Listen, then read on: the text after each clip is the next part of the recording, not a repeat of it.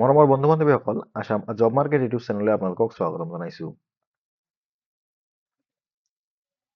APSCৰ পৰা এখন নতুন ভেকেঞ্চি নটিফিকেশ্যন জাৰি কৰিছে আৰু এই নটিফিকেশ্যনখনত 650টা জুনিয়ৰ চিভিল ইঞ্জিনিয়াৰৰ পোষ্ট মুকলি হোৱা বুলি উল্লেখ কৰিছে।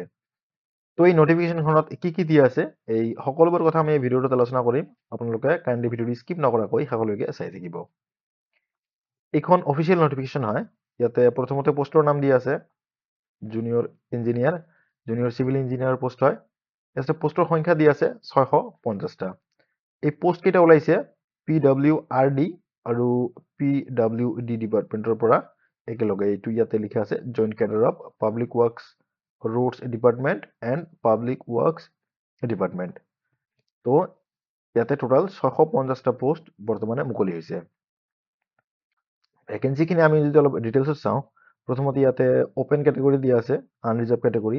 আনৰিজাৰ্ভ কেটেগৰীত ইয়াতে টোটাল 396 পোষ্ট আছে। তাৰে ভিতৰত 119টা পোষ্ট আছে ওমেন্সৰ কাৰণে। ইয়াতে OBC MOBCৰ কাৰণে টোটাল 157 পোষ্ট ৰিজাৰ্ভ আছে। তাৰে ভিতৰত 47 পোষ্ট আছে ওমেনৰ কাৰণে ৰিজাৰ্ভ। ইয়াতে OBC MOBC T tribe and আদিবাসী কমিউনিটিৰ কাৰণে টোটাল 20টা পোষ্ট ৰিজাৰ্ভ আছে। তাৰে ভিতৰত 6টা পোষ্ট ওমেনৰ কাৰণে ৰিজাৰ্ভ আছে। SC কেটেগৰীৰ কাৰণে 27 পোষ্ট ৰিজাৰ্ভ আছে। তাৰে ভিতৰত 8টা পোষ্ট ওমেনৰ কাৰণে ৰিজাৰ্ভ হয়। STP কেটেগৰীৰ কাৰণে টোটাল 34 পোষ্ট ৰিজাৰ্ভ আছে আৰু তাৰে ভিতৰত 10টা পোষ্ট ওমেনৰ কাৰণে ৰিজাৰ্ভ হয়। STH কেটেগৰীৰ কাৰণে টোটাল ইয়াতে 16টা পোষ্ট ৰিজাৰ্ভ আছে আৰু তাৰে ভিতৰত 5টা পোষ্ট ওমেনৰ কাৰণে ৰিজাৰ্ভ হয়। তো টোটাল ইয়াতে 650টা পোষ্ট আছে।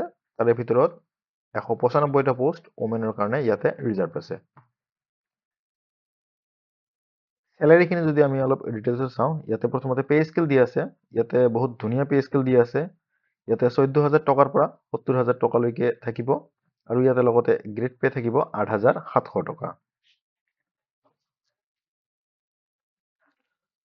কোৱালিফিকেশ্যন ইয়াতে বিচাৰিছে candidate must have 3 years diploma in civil engineering. তো চিভিল ইঞ্জিনিয়াৰিঙত 3 বছৰৰ ডিপ্ল'মা কৰা থাকিব লাগিব, নহ'লে চিভিল ইঞ্জিনিয়াৰিং এণ্ড প্লেনিং বা construction technology from any technical institute recognised by AICTE। তো 3 বছৰৰ ডিপ্ল'মা কৰা থাকিব লাগিব চিভিল ইঞ্জিনিয়াৰিং বা চিভিল ইঞ্জিনিয়াৰিং এণ্ড প্লেনিং বা কনষ্ট্ৰাকশ্যন টেকনলজি। ইয়াতে আৰু এটা কথা দি আছে, এইটোত অলপ মন কৰিব। ইয়াতে কৈছে diploma course obtained through distance mode of education by whatever name called will not be considered। তো যদি কোনোবা কেণ্ডিডেটছে ডিষ্টেন্স মোডত ডিপ্ল'মা কমপ্লিট কৰিছে, তো তেখেতৰ ডিপ্ল'মা ইয়াতে একচেপ্ট কৰা নহ'ব।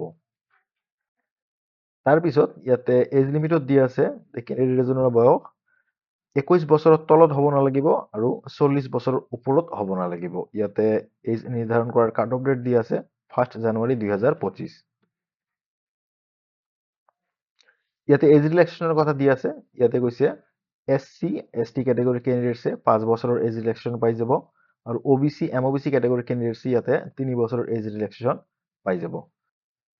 আৰু ইয়াতে দিয়া আছে PWBD কেটেগৰী যিবোৰ কেণ্ডিডেটছ আছে তেখেতসকলে 10 বছৰৰ এজ ৰিলেক্সেশ্যন পাই যাব ইৰেছপেক্টিভ অফ কেটেগৰী এণ্ড কাষ্ট। তো SC ST বা OBC বা আনৰিজাৰ্ভ কেটেগৰী যিকোনো হ'লেও ইয়াতে PWBD কেটেগৰী কেণ্ডিডেটছবোৰে 10 বছৰৰ এজ ৰিলেক্সেশ্যন পাই যাব। তাৰপিছত ইয়াতে ইম্পৰ্টেণ্ট ডেটছবোৰ দিয়া আছে। ইয়াতে কৈছে অনলাইন এপ্লিকেশ্যন আৰম্ভ হোৱাৰ ডেট ইয়াতে দিয়া আছে 5 ফেব্ৰুৱাৰী 2025 আৰু লাষ্ট ডেট ইয়াতে দিয়া আছে 4 মাৰ্চ 2025 তাৰিখ আৰু এপ্লিকেশ্যন ফি পে কৰাৰ লাষ্ট ডেট ইয়াতে দিয়া আছে 6 মাৰ্চ 2025 তাৰিখ। ইয়াতে এপ্লিকেশ্যন ফি ডিটেইলছ দিয়া আছে। ইয়াতে কৈছে জেনেৰেল কেটেগৰীৰ কেণ্ডিডেটছে ইয়াতে 297 টকা 20 পইচা এপ্লিকেশ্যন ফি পে কৰিব লাগিব।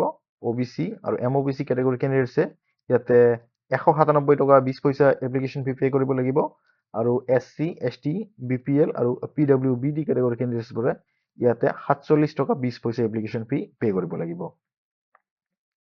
তো এই নটিফিকেশ্যনখনত মূল এইখিনি কথাই দিয়া আছিল।